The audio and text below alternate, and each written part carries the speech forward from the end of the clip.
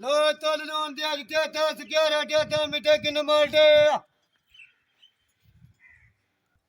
मोहम्मद हनीफ ये जी माल्टे बेच रहे हैं बच्चों की रोजी कमा रहे हैं जी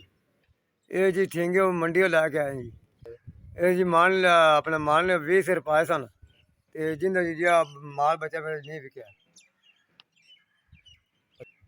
असी जी अमरूद पा लिया माल्टा पा लिया उन्होंने जी असी 800 दे दिए 1000 दे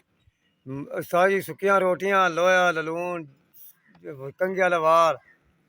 ते इस तो देना पै जी ये जी 600-700 का माल पाईदा जी जिंदे चू इन्हें तकरीबन 200 बन जाए 300 बन जाए 400 बन जाए इतने बन जाता जी जे बचे चाहे ना बचे वो कोई पता नहीं जी घाटा ही पै सकता जी हूँ आ माल थोड़े सामने बचा फिरता जी ये हूँ पता लगे विकदा कि नहीं विकदा गरीब आदमी है कोई होर ढाया लगता नहीं यही बस रोजी का धंधा बच्चों की रोजी कमान फिरते और कोई रकबा नहीं कोई और लैन नहीं कोई कारोबार नहीं है यही है जी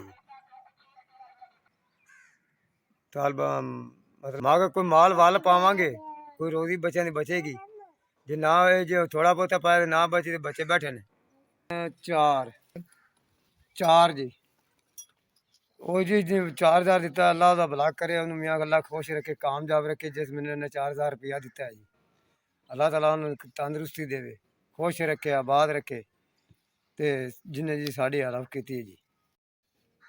इन्हें जी असी रेड़े ते कोई माल पावांगे कोई बच्चों की रोजी कमावांगे जी इन्ना पैसा ना कोई बच्चों से शाम को खर्चा पानी बना के दिया करेंगे जी ऐसा ऐसा एस भी एस ने जिसने 4000 रुपया साढ़े पैसे भेजा है जी एस एल बड़ा शुक्रिया जी जे सानू 4000 रुपया पहुँचाया जी मेहरबानी जी उन्होंने